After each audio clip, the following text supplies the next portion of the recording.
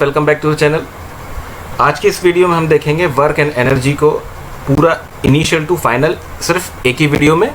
ये one shot video है work and energy पर, और ये सभी वन शॉट वीडियो जो मैं लेकर आ रहा हूँ ये आपके एंट्रेंस पॉइंट ऑफ व्यू से बहुत ही ज़्यादा इंपॉर्टेंट है। ये एक तरीके से ये आप लोगों का रिवीजन है। तो मैं आप लोगों को सजेस्ट यही करूँगा कि अगर आप इस वीडियो को देख रहे हैं तो इनिशियल टू फाइनल देखिएगा, क्योंकि बहुत सारी चीज़ें, बहुत सारी बेसिक कंसेप्ट जो होते हैं वो मैंने बताए हैं, और अगर आप वीडियो को स्किप कर जाएंगे तो वो चीज़ें आप लोगों से मिस हो जाएंगी। जनरली स्टूडेंट्स को क्या करते हैं कि फॉर्मूला पढ़ लेते हैं और डायरेक्ट क्वेश्चन को सॉल्व करने के लिए चले जाते हैं, ठीक है। तो जब थोड़ी सी जो कंसेप्चुअल चीज़ एंट्रेंस में पूछ ली जाती है तो उसमें वो कंफ्यूज हो जाते हैं, ठीक है। तो मैं सजेस्ट करूँगा कि आप बिल्कुल भी वीडियो को स्किप नहीं कीजिएगा। और सबसे इम्पॉर्टेंट चीज़ ये है कि आपको ये जो नोट्स मैं आपके सामने लेकर आया हूँ, जो स्क्रीन पर दिख रहे हैं आप लोगों को, उनको लिखने की ज़रूरत नहीं है। मेरे टेलीग्राम चैनल से सभी वीडियो के पीडीएफ जो है आपको मिल जाएंगी, ठीक है। और ये पीडीएफ जो है आपके एक तरीके से रिवीजन है, जिसमें तमाम कॉन्सेप्ट को जो है अच्छे से मैंने एलेबोरेट किया है। तो प्लीज़ इस वीडियो को ज़्यादा से ज़्यादा लाइक, शेयर और सब्सक्राइब ज़रूर कर दीजिएगा अगर ये आप लोगों को पसंद आती है तो, ठीक है। और अगर आप मेरे साथ टेस्ट सीरीज़ में जुड़ना चाहते हैं तो मैंने लिंक मेरा टेलीग्राम चैनल का नीचे है, आप उसको ज्वाइन कर सकते हैं। और मेरे साथ पर्सनली व्हाट्सएप ग्रुप से ज्वाइन होना चाहते हैं तो उसके लिए आपको वीडियो में कमेंट करना होगा और ग्रुप की कुछ रूल्स एंड रेगुलेशंस को फॉलो करना पड़ेगा, ठीक है।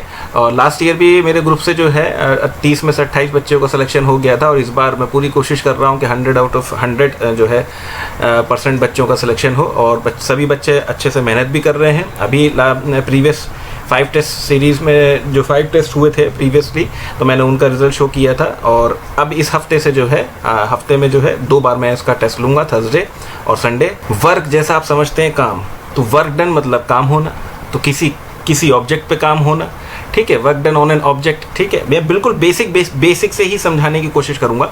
Work done an object is defined, सबसे पहले मैं इसको रीड कर लेता हूं। Work done an object is defined as the magnitude of the force multiplied by the distance moved by the object in the direction of applied force, ठीक है। ये छोटी छोटी चीज़ें जो होती है बहुत इंपॉर्टेंट होती है। मैंने देखिए हाईलाइट कर दिया है, इन the direction of force, applied force, ये ध्यान रखिएगा। वर्क तभी अप्लाइड होगा इन the direction of applied force, otherwise work नहीं होगा, ठीक है। ये ध्यान रखिएगा, ठीक है। तो फॉर्मूला क्या बनता है इसका? Work done is equal to force into displacement. अब डिस्प्लेसमेंट क्या होगा? ये होगा फोर्स की डायरेक्शन में, ध्यान रखिएगा, फोर्स की डायरेक्शन में। मैंने यहाँ पे एक ये पिक्चर के फॉर्म में शो किया है कि इस ब्लॉक पे 5 न्यूटन का फोर्स लग रहा है और ये कहाँ मूव कर रहा है? इन the direction of force move कर रहा है, 2 मीटर आगे मूव कर गया, ठीक है।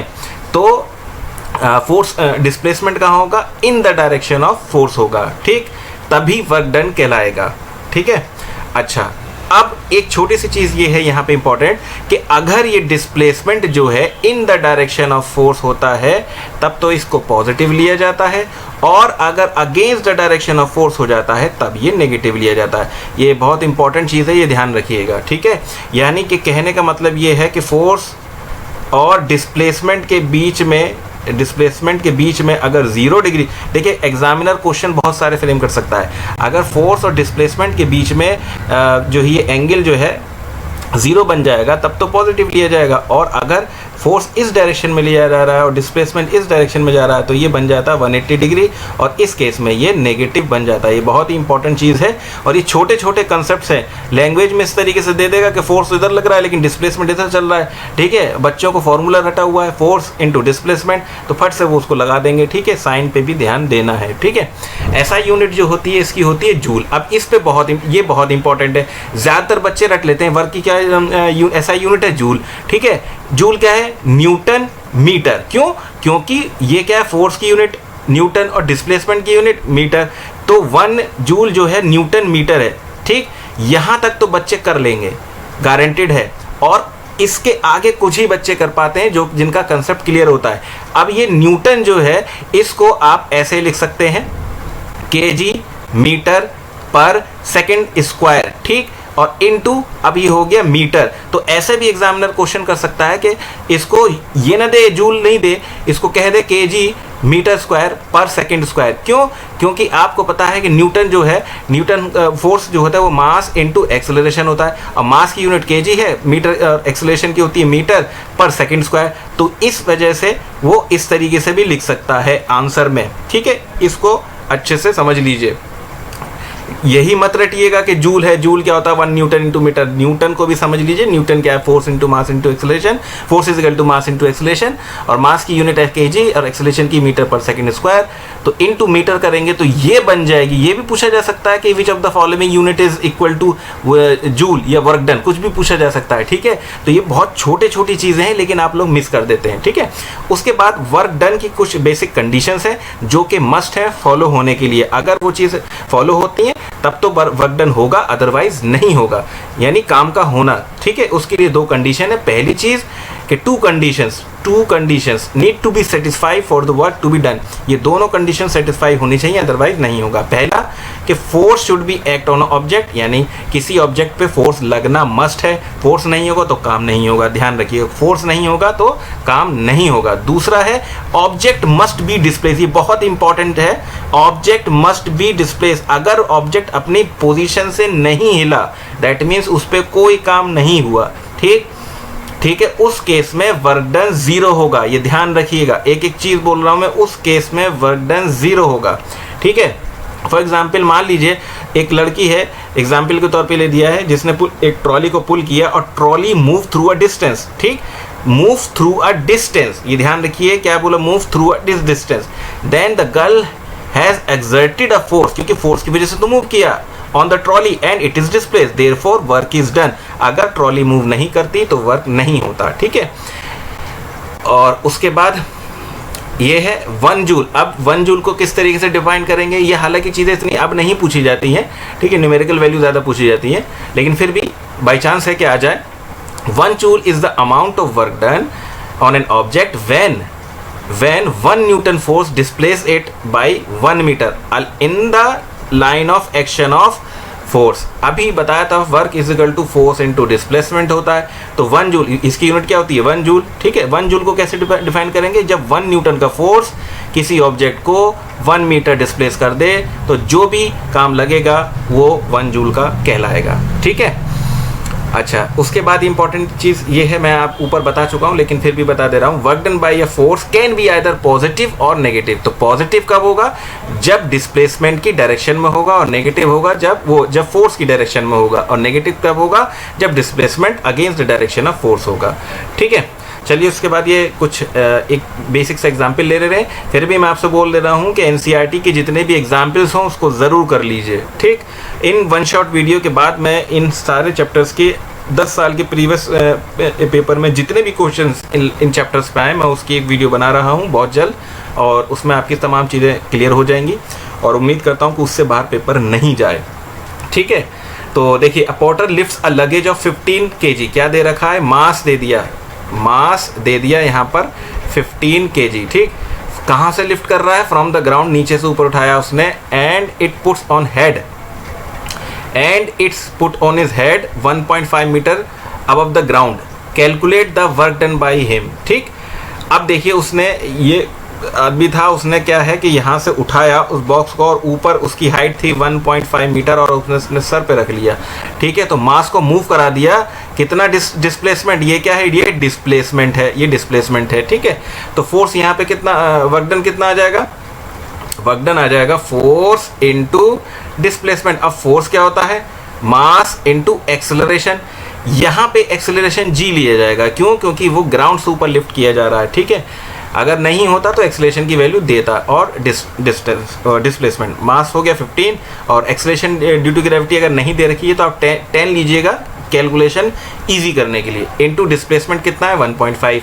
तो जब इसको मल्टीप्लाई करेंगे यू विल गेट 225 जूल। ठीक है, या फिर वैसे लिख लीजिए केजी मीटर स्क्वायर पर सेकंड स्क्वायर, अदरवाइज ऐसे लिख लीजिए। ठीक है, तो this will be the your answer. ठीक है, उसके बाद एनर्जी क्या चीज़ होती है, ये चैप्टर काफ़ी इंपॉर्टेंट है आपके एंट्रेंस के उस पर, और 2 सवाल मैं एक्सपेक्ट कर रहा हूँ कि आएंगे ही आएंगे इस पर। ठीक है, और 9 से 40% आता है, और 10 से 60% आता है, और अब मेरे हिसाब से हर बार जो है, जो अगर आप पेपर उठा के देखिए, जितना मैंने एनालिसिस किया है कि 8 से 9 सवाल आ जाते हैं। ठीक है, तो एनर्जी देखते हैं। एनर्जी क्या है? एनर्जी है किसी भी ऑब्जेक्ट की कैपेबिलिटी काम करने की। एनर्जी क्या चीज़ है? मैं फिर से रिपीट करता हूँ, कैपेबिलिटी है किसी भी ऑब्जेक्ट की काम करने की। तो अगर उसके अंदर कैपेबिलिटी है कि वो काम कुछ कर सकता है, दैट मीन्स उसके अंदर कोई ना कोई एनर्जी है। तो एनर्जी की डेफिनेशन क्या चीज़ है?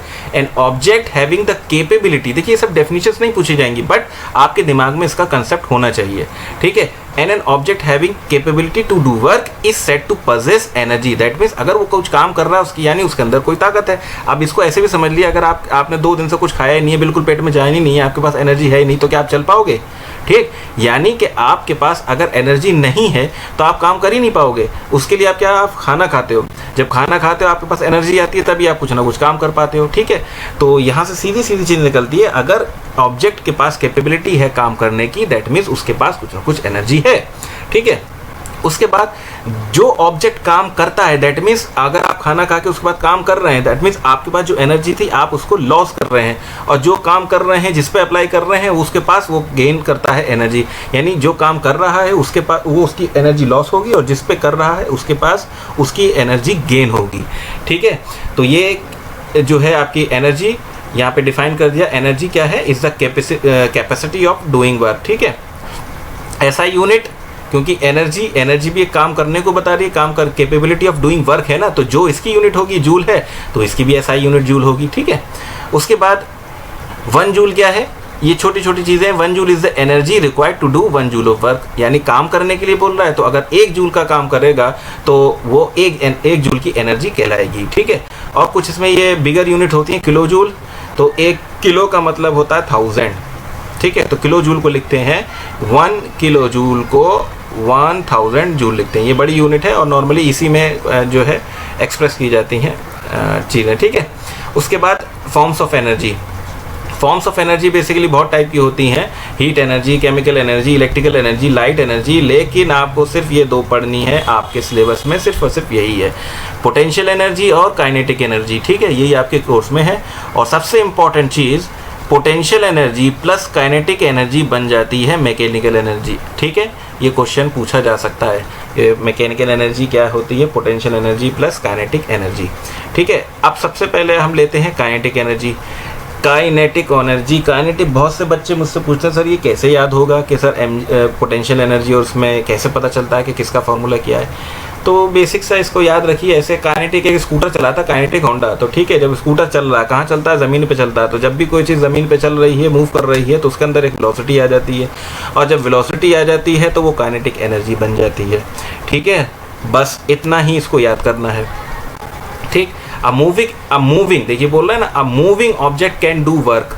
कोई भी ऑब्जेक्ट जो मूव कर रहा है वो काम करेगा। ठीक, और जो ऑब्जेक्ट जितना ज़्यादा तेज़ चलता है, जितना ज़्यादा तेज़ मूव करता है, तो वो उतना ही ज़्यादा काम करेगा। फॉर एग्जांपल, आप अगर किसी कार से जाते हैं, ठीक है, तो अगर आप हल्के चल रहे हैं तो भाई आपको जाहिर सी बात है कि कम टाइम लगेगा तो कम काम होगा। ठीक है, और ज़्यादा तेज़ चलेंगे तो भाई आप जानते हैं कि कम टाइम में जो ज़्यादा डिस्टेंस कवर कर जाएंगे। तो ये एक काम करना ही है, कितना डिस्टेंस कवर कर रहे हैं, कितने टाइम के अंदर। जो स्पीड, अगर स्पीड कम है तो कम डिस्टेंस होगा, स्पीड ज़्यादा है तो ज़्यादा होगा। ठीक है, और ये ब्लोइंग विंड है। ठीक है, हवा जब तेज़ चलती है तो आपने देखा होगा विंड एनर्जी जो होती है जनरेट करते हैं। अगर हवा हल्की चलेगी तो कम इलेक्ट्रिसिटी जनरेट होगी, हवा ज़्यादा तेज़ चलती है तो इलेक्ट्रिसिटी ज़्यादा बनती है। ठीक है, तो ये कुछ एग्जांपल्स हैं कि अगर स्पीड पे डिपेंड करती है। काइनेटिक एनर्जी जो है वो स्पीड पे डिपेंड करती है, जितनी ज़्यादा स्पीड उतनी ज़्यादा काइनेटिक एनर्जी। ठीक है, तो यहाँ से ये चीज़ निकल कर आती है कि kinetic energy is the energy possessed by an object due to its motion. जैसे ऊपर मैंने बताया, मोशन अगर ऑब्जेक्ट के अंदर आ गया, दैट मीन्स उसके अंदर काइनेटिक एनर्जी का जो है इन्वॉल्वमेंट हो गया। तो काइनेटिक एनर्जी को जो है इंक्रीज करती है विद स्पीड। जैसा अभी ऊपर बताया, जितनी ज़्यादा स्पीड होगी उतनी ज़्यादा उसका काम होगा, उतनी ज़्यादा उसमें काइनेटिक एनर्जी होगी। तो काइनेटिक एनर्जी, क्योंकि अभी बताया एनर्जी क्या है? एनर्जी क्या है? काम करना, वर्क डन। एनर्जी क्या है? एक वर्क डन। ठीक है, वर्क डन का फॉर्मूला आपको पता है, मैं यहाँ इसका डेरिवेशन करा देता हूँ, ये बहुत इंपॉर्टेंट है। और ज़्यादातर बच्चे काइनेटिक एनर्जी का फॉर्मूला 1/2 × mv² पे ही दिमाग में बसा लेंगे। 100% ज़्यादातर बच्चे यही रटे बैठते हैं, लेकिन एक्चुअल में ये फॉर्मूला नहीं है।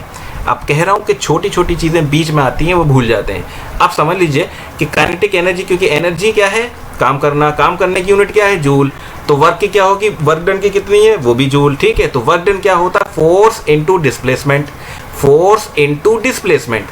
तो आपको एक चीज, ये न्यूटन्स लॉज ऑफ इक्वेशंस पता है, v square minus you square बराबर 2s, where s is the displacement. तो यहाँ से s को निकाल सकते हैं हम v square minus you square. तो आपके पास ये डिस्प्लेसमेंट की वैल्यू आ चुकी है। और फोर्स होता है आपके पास मास इनटू एक्सेलरेशन। ठीक, फोर्स होता है मास इनटू एक्सेलरेशन। तो ये वैल्यू इस फॉर्मूले में रख दिए, तो फोर्स हो गया मास इनटू एक्सेलरेशन और v square minus you square by 2a। ठीक, ये एक्सेलरेशन से एक्सेलरेशन कैंसिल हो जाएगा और ये आ जाएगा 1/2 mass in bracket V square minus you square, V square minus you square. ठीक, अब इंपॉर्टेंट चीज ये है कि इसमें ये v क्या है और u क्या है। आप सभी जानते हैं कि v तो है फाइनल वेलोसिटी और u है आपकी इनिशियल वेलोसिटी। ठीक है, v है आपकी फाइनल वेलोसिटी, u है आपकी इनिशियल वेलोसिटी। तो अगर ऑब्जेक्ट स्टार्ट हो रहा है इनिशियल से, दैट मीन्स उसकी इनिशियल वेलोसिटी 0 हो गई। उसी केस में ये हाफ mv² अप्लाई होता है, अदरवाइज नहीं होगा। ठीक, ये क्वेश्चन को अच्छे से पढ़ लीजिएगा कि ऑब्जेक्ट के रेस्ट से स्टार्ट हो रहा है, ठीक, तो उसमें 0 होगी। ठीक, या फिर ये कहते हैं कि फाइनल जाके वो रुक जाएगा तो वेलोसिटी, फाइनल वेलोसिटी 0 हो जाएगी। ठीक, तो यहाँ पे एक्चुअल फॉर्मूला इसका ये याद करिएगा, half mv² minus you square.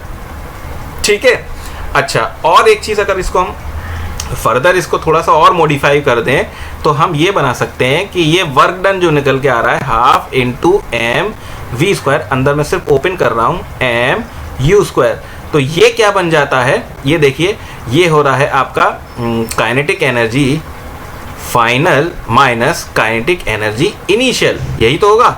ठीक, तो वर्क डन ऐसे भी कहा जा सकता है कि ये चेंज इन काइनेटिक एनर्जी है, ये बहुत इंपॉर्टेंट है, चेंज इन काइनेटिक एनर्जी। ठीक है, चेंज इन काइनेटिक एनर्जी भी कहा जाएगा। ठीक है, अब क्वेश्चन एग्जामिनर डायरेक्ट ये भी दे सकता है कि अगर kinetic change in kinetic energy of कोई एक पर्टिकुलर मैग्नीट्यूड दे दे, ठीक है, तो उस केस में फॉर्मूला लगाने मत लग जाना। तो चेंज इन काइनेटिक एनर्जी तो उसने दे ही दिया, तो डायरेक्ट उसके बराबर वर्क डन हो जाएगा। ये छोटे छोटे कंसेप्ट को ध्यान रखिएगा। उसके बाद नेक्स्ट चीज आती है पोटेंशियल एनर्जी। पोटेंशियल एनर्जी ये भी बहुत आसान चीज है। अगर किसी ऑब्जेक्ट को हम ग्राउंड लेवल से हम रेस कर देते हैं, तब उसके अंदर जो है एक एनर्जी प्रोसेस कर दी जाती है, जिसको हम पोटेंशियल एनर्जी से जानते हैं। ठीक है, an object increases its energy when raised through a height. किसी ऑब्जेक्ट को अगर किसी हाइट, जो ग्राउंड से या किसी हाइट तक उसको रेस कर दिया जाए, तो उसके अंदर जो है एक एनर्जी एक्वायर हो जाती है। ठीक है, और उसी एनर्जी को हम पोटेंशियल एनर्जी भी कहते हैं, और इसका पूरा नाम जो है वो है ग्रेविटेशनल पोटेंशियल एनर्जी। क्यों? क्योंकि आप इसे अगेंस्ट द ग्रेविटेशन लिफ्ट कर रहे हैं। ठीक है, ये ध्यान रखिएगा। An object increases an energy when raised through a height, ठीक, हाइट h हो गई। This is because work is done against the gravity while being it is raised. जब उसको उठाया जा रहा है तो काम हो तो रहा है, लेकिन किसके अगेंस्ट हो रहा है? ग्रेविटी के अगेंस्ट हो रहा है। ठीक है, इसको ध्यान रखिएगा कि ग्रेविटी के अगेंस्ट हो रहा है। ठीक, उसके बाद the energy present in such an object, उसको बोल दिया गया कि ग्रेविटेशनल पोटेंशियल एनर्जी बोला जाता है। ठीक है, तो यहाँ से इसकी ये चीज निकल के आई final, the gravitational energy of an object at a point above the ground, at a point above the ground, ये रहा point ground, is defined as the work done in raising it from the ground to that point against the gravity. यानी यहाँ से यहाँ तक उठाने में से जितना काम करने में जो है काम लगा, उसको हम कहेंगे ग्रेविटेशनल पोटेंशियल एनर्जी। अब जैसे कि आप जानते हैं कि वर्क डन जो है, जो मिनिमम फोर्स लगता है इसको उठाने के लिए, वो उसका वेट होता है। मिनिमम, देखिए ये भी बहुत इंपॉर्टेंट चीज़ है, किसी ऑब्जेक्ट को लिफ्ट करने के लिए मिनिमम फोर्स जो चाहिए होगा वो उसका वेट होता है। Required to raise the object is equal to the weight of the object, that is mg। अगर किसी ऑब्जेक्ट को उठाया जाए ज़मीन से तो कम से कम कितना फोर्स लगेगा उसको रेस करने के लिए? वो लगता है उसका वेट, दैट इज mg। ठीक, तो आपको पता चल गया, फोर्स पता चल गया mg, और कितना इसको रेस किया जा रहा है, h हाइट, ठीक। तो वर्क डन क्या है, जैसा आप जानते हैं वर्क डन क्या है, फोर्स इनटू डिस्प्लेसमेंट। तो कितना, ये तो हो गया मिनिमम फोर्स यानी उसका वेट, और डिस्प्लेसमेंट यानी h हाइट से उठा रहे हैं। तो वर्क डन यहाँ पे बन गया mgh, और इसी को यहाँ पे कहा जाएगा पोटेंशियल एनर्जी, ठीक है। यही चीज़ मैंने यहाँ पे इसको एक्सप्लेन किया है, एक बार गो थ्रू हो लीजिएगा प्रॉपर इसको नोट्स को, और ये नोट्स PDF जो है टेलीग्राम से ले लीजिएगा। चलिए आगे देखते हैं। ये अब इसमें बहुत इंपॉर्टेंट एक चीज़ ये है, और इस पर क्वेश्चन बन सकता है कि पोटेंशियल एनर्जी जो है बेसिकली एक डिफरेंस है, डिफरेंस इन वर्टिकल, ये ध्यान रखिएगा, difference in vertical height of initial and final position. एक ऑब्जेक्ट यहाँ रखा है, थोड़ी देर बाद यहाँ पहुँच गया, तो ये जो हाइट हो गई, ये जो इनका डिफरेंस है, तो ये पोटेंशियल एनर्जी इस पे डिपेंड करेगा, ठीक है, ना कि इस पे कि मैं यहाँ से यहाँ तक कैसे लेके जा रहा हूँ। पाथ पे डिपेंडेंट नहीं होता है। ऐसे नहीं होगा कि मैं इसको ऐसे ले गया, जैसे मैंने ये फिगर में डिस्प्ले कर रखा है कि इस ऑब्जेक्ट को पहले देखिए, लेवल तो वही है, ठीक है, यहाँ पे h है, ठीक है, ये ऑब्जेक्ट पहले यूं गया, फिर यूं गया, फिर यूं गया, फिर यूं गया, इस पे डिपेंड नहीं करेगा, ठीक है। इस पे क्वेश्चन बन सकता है, ध्यान रखिएगा कि potential energy path along the object जो मूव कर रहा है, जो फॉलो कर रहा है, इस पे डिपेंड नहीं करता। It is only dependent in the difference in the vertical height from the initial to the final position, ठीक है, ये ध्यान रखिएगा। ये सब चीज़ें मैंने यहाँ मेंशन कर दी हैं, बस आपको इजी लैंग्वेज में मैं एक्सप्लेन कर रहा हूँ, ठीक है। अगर मेरी बात समझ में आ रही हो तो please like share and subscribe ज़रूर कीजिएगा, ठीक है। चलिए ये काफ़ी अच्छा क्वेश्चन आ गया है, question number 2। An object of mass 40 kg, मास देखिए SI यूनिट पे ध्यान रखिएगा, ये मास दे दिया है हमारे पास 40 kg। मैं इसको नीचे लिख ले रहा हूँ जिससे आपको इजी हो जाए कैलकुलेशन समझने में। मास दे दिया 40 kg, raised to a height, चलो भाई h दे दी, कितनी दे दी, 5 मीटर अबव द ग्राउंड, ये भी बोल दिया है ग्राउंड से ऊपर उठा रहे हैं इसको, ठीक है। इसको फिगर हम इसको बना लेते हैं। ये कोई ऑब्जेक्ट है, ये भाई साहब को यहाँ से यहाँ तक ले आए हैं, कितना, 5 मीटर, और ये आपका ग्राउंड सरफेस है, ठीक है। उसके बाद तो व्हाट इज पोटेंशियल एनर्जी, तो आपके पास पोटेंशियल एनर्जी पता ही है, वो हो जाएगी आपके पास mgh। What is m, 40, g क्या है, नहीं दे रखी है, 10 अज्यूम कीजिए, और h कितना है, 5, तो ये हो जाएगा 400 × 5, ये हो जाएगा 2000 जूल, क्योंकि पोटेंशियल एनर्जी भी एक वर्क है, तो वर्क की स्टैंडर्ड ये SI यूनिट जूल है, तो इसकी भी ये होगी, ठीक है। इसमें दूसरा है, यहाँ से ये ऑब्जेक्ट जो है क्वेश्चन इंपॉर्टेंट बन जाता है। यहाँ से एग्जामिनर अगर देगा तो मेरे हिसाब से पोटेंशियल एनर्जी को स्किप कर देगा, और अगर ये ऑब्जेक्ट क्वेश्चन देता है तो डायरेक्ट ये हटा देगा और ये वाला पोर्शन दे देगा, अगर ये क्वेश्चन आता है तो। If the object is allowed to fall, अब ये बोला if the object is allowed to fall find its kinetic energy when it is half down. यहाँ नहीं कि मान लीजिए, अब देखिए ऑब्जेक्ट यहाँ तक पहुँच गया, अब इसको जब यहाँ पहुँच गया तो यहाँ से इसको नीचे गिराया जा रहा है, तो जब नीचे गिराया जा रहा है तो ऊपर जाने के बाद ये जीरो हो जाएगी, इनिशियल वेलोसिटी तो इसकी जीरो हो गई, ठीक है। नीचे आके जब तो वेलोसिटी बढ़ रही होगी, और मिड में जाके यानी कि ये दूरी अब कितनी रह जाती है, 2.5 मीटर, तो यहाँ से यहाँ तक इसकी जो कितनी काइनेटिक एनर्जी होगी। अब काइनेटिक एनर्जी का फॉर्मूला आप सभी को पता है, ½ × v² माइनस u²। अब इनिशियल वेलोसिटी यहाँ पे 0 है, इनिशियल वेलोसिटी यहाँ 0 है, तो ये बन जाएगा ½ × mv², ठीक। अब v नहीं पता है, v कैसे निकलेगा, v निकलेगा v² minus u² is equal to 2as से, क्योंकि ये u 0 है, और v² इज इक्वल टू आ जाएगा 2 × एक्सेलरेशन क्या है, 10 मान लिया, ठीक है, क्योंकि नीचे ही आ रहा है तो पॉजिटिव ही लेंगे। और ये जो s है, ये s है हाफ ऑफ द डिस्प्लेसमेंट, यानी दैट मीन्स 2.5 मीटर। तो इसे जब मल्टीप्लाई करेंगे तो ये आ जाएगा आपका 2 × 2.55 और 5 × 10 50, तो v² की वैल्यू आपके पास निकल कर आ जाती है 50, और ये v² की वैल्यू आप यहाँ रख दीजिए डायरेक्ट, तो इसमें आपका आंसर आ जाएगा, ठीक। तो मास आपके पास 40 है और v² की वैल्यू आपके पास 50 है, तो इसको आप कैंसिल कर दीजिए, 20 हो जाएगा, दैट मीन्स ये आपके पास आ जाएगा 1000 जूल। तो ई जो काइनेटिक एनर्जी है, काइनेटिक एनर्जी जो है निकल कर आ जाती है आपकी 1000 जूल, ठीक है।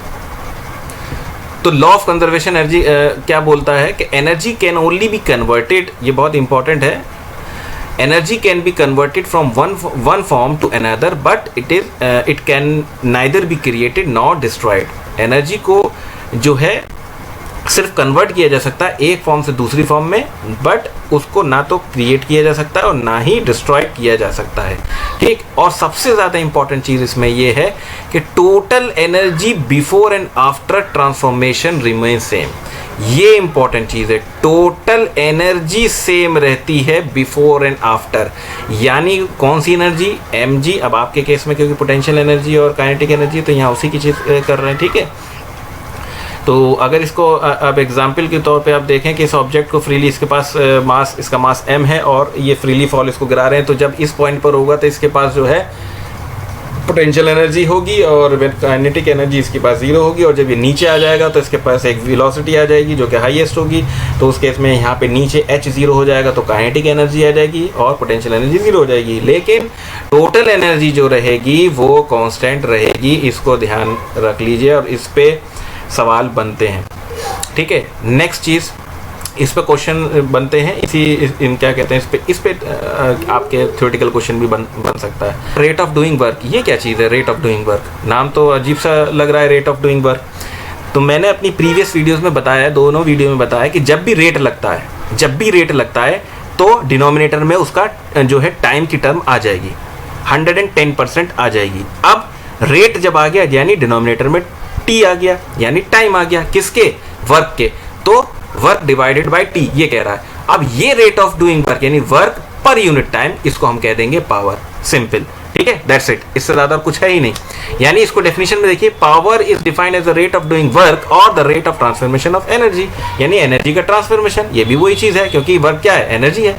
तो रेट, किस रेट से एनर्जी का ट्रांसफॉर्मेशन है, उसी को हम पावर बोल देते हैं। बैकग्राउंड नॉइस के लिए सॉरी। अब इसकी एसआई यूनिट देख लिए। एसआई यूनिट जो होती है पावर की, वाट होती है, ध्यान रखिएगा, वाट होती है एसआई यूनिट, वाट होती है। और जो बेसिक छोटे मोटे जो है ये पॉइंट्स हैं, इनको याद कर लीजिएगा। What is the power of an agent which does work at a rate of 1 joule, यही बोला है। व्हाट क्या है? Rate of doing work. अब देखो 1 जूल का वर्क कितने उसमें? 1 सेकेंड में। तो 1 जूल ऑफ वर्क यानी रेट ऑफ जो है डूइंग वर्क निकलना है ना, तो ये पावर क्या कहलाएगा? वाट कहलाएगा। तो 1 जूल पर सेकंड अगर जो है काम हो रहा है इतने रेट से, तो इसको ये कहलाता है आपका 1 वाट। 1 वाट, वही चीज़ यहाँ पे एक्सप्लेन करी गई है। तो 1 वाट जो होगा वो होगा 1 जूल पर सेकंड, ध्यान रखिए 1 जूल। इनको तोड़ के ज़रूर देख लीजिएगा, जूल किसे कहते हैं। देखिए ये उल्टा चले जाएगा, जूल एनर्जी पीछे से मैंने फोर्स इनटू से डिस्प्लेसमेंट वहाँ से लेकर आया था, वहाँ से कन्वर्ट इसको कर लीजिएगा और ये यूनिट कुछ और बनती चली जाएगी, ठीक है। तो कन्वर्जन करना ज़रूरी है, ठीक है। उसके बाद we express larger rate of energy transfer in kilowatt. क्यों? अब वाट में जो ज़्यादातर हम एनर्जी को एक्सप्रेस करते हैं वो बड़ी यूनिट में करते हैं, छोटी इसमें नहीं करते। क्यों? क्योंकि जूल जो है काफ़ी छोटी है, तो हम इसको किलो वाट में नहीं करते, बेसिकली किलो वाट में करते हैं। तो किलो वाट में कौन सी चीज़ कितना कन्वर्जन करना है, ये कुछ बेसिक चीज़ें यहाँ लिखी हुई हैं, इसको समझ लीजिएगा। 1 किलोवाट में 1000 वाट होते हैं, और वाट ये जो है वाट जो है ये आप जानते हैं कि जूल पर सेकंड होता है। तो 1 किलोवाट जो है 1000 जूल पर सेकंड भी कहलाता है, ठीक है। और ये इसमें एक और इम्पॉर्टेंट चीज़ है कि पावर ऑफ एन एजेंट क्या, किसी भी चीज़ ऑब्जेक्ट को समझ लीजिए, बेसिकली ये वेरी करती रहती है टाइम टू टाइम। ये आप बेसिकली ऐसे समझिए, आपने खाना खाया और खाना खाने के बाद आप फ़ौरन काम करने लगे, तो आप ज़्यादा एनर्जी है आपके पास, ज़्यादा काम कर रहे हैं, लेकिन कुछ टाइम बाद आप थक जाएंगे, एनर्जी आपकी कम हो जाएगी, तो आपकी पावर भी कम हो जाएगी, ठीक है। तो जैसे जैसे आपकी जो है टाइम बदलता चले जाता है, तो आपकी जो पावर है वो भी वेरी करती रहती है। ये बहुत इंपॉर्टेंट चीज़ है, ठीक है। चलिए एक क्वेश्चन है, ये काफ़ी अच्छा क्वेश्चन है। जो इंपॉर्टेंट क्वेश्चन है आपके एनसीईआरटी में उसको मैंने टेकअप किया है, ये इंपॉर्टेंट क्वेश्चन है और ये आपके एंट्रेंस में भी आ चुका है। A boy of mass 50 kg runs a staircase. अब देखिए बहुत अच्छा सवाल है, मास 50 kg है, मास 50 kg है उसका, और वो स्टेयर्स पे भाग रहा है। कैसे भाग रहा है? स्टेयर्स पे भाग रहा है, ऐसे ऐसे ऐसे ऐसे ऐसे ऐसे, ठीक है। और ये कितने टोटल नंबर है? 49 स्टेप्स, 49 स्टेप्स हैं। ईच स्टेप की जो हाइट है वो 15 सेंटीमीटर है, ठीक है। Then find his work. G की वैल्यू दे रखी है, इसमें जी की वैल्यू आपके पास दे रखी है। तो आपके पास पावर क्या है? रेट ऑफ डूइंग वर्क, और टाइम भी यहाँ पे दे रखा है 9 सेकेंड।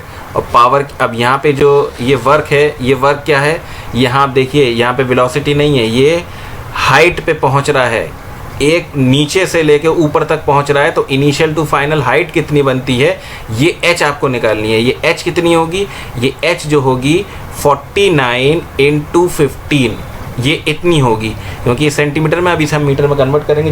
जब आप इसे मल्टीप्लाई करते हैं तो यह आपके पास बन जाएगी 675 सेंटीमीटर, और जब इसे आप 100 से डिवाइड करेंगे तो ये बन जाएगी 6.75 मीटर। तो आपके पास एच तो आ गई आपके पास 6.75 मीटर, बस। तो पावर आपके पास है ही, वर्क तो आपके पास निकाल लिया। वर्क कितना है आपके पास आ जाएगा m × g × h divided by t।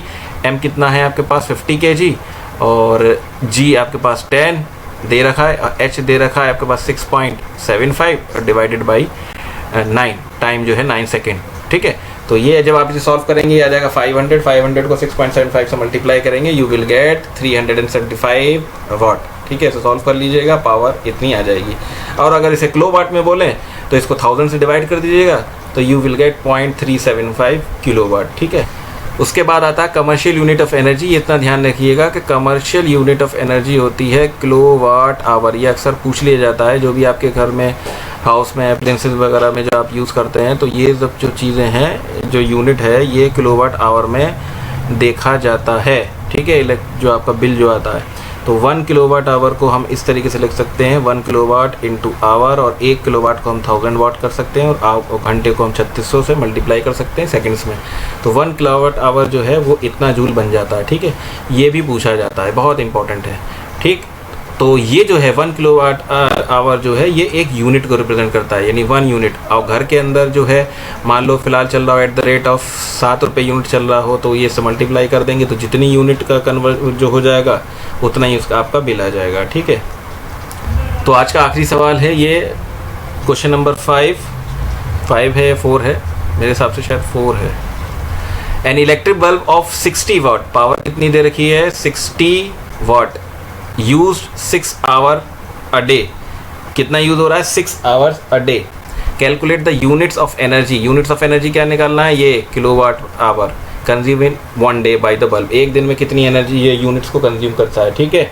तो पावर आपके पास है ही 60 वाट।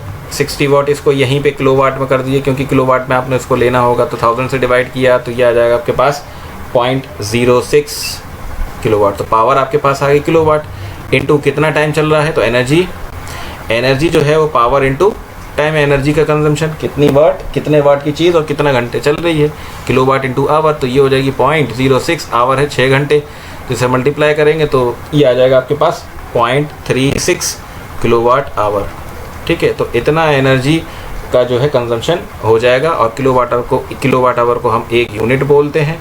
तो कितनी यूनिट का जो है इसका जो है कंजम्पशन हुआ, 0.36 यूनिट का कंजम्पशन हुआ एक दिन के अंदर, ठीक है। बस यही इसका आंसर है, और ये काफ़ी इंपॉर्टेंट है, इस पे काफ़ी सवाल बनते हैं, छोटे छोटे सवाल बनेंगे, ठीक है।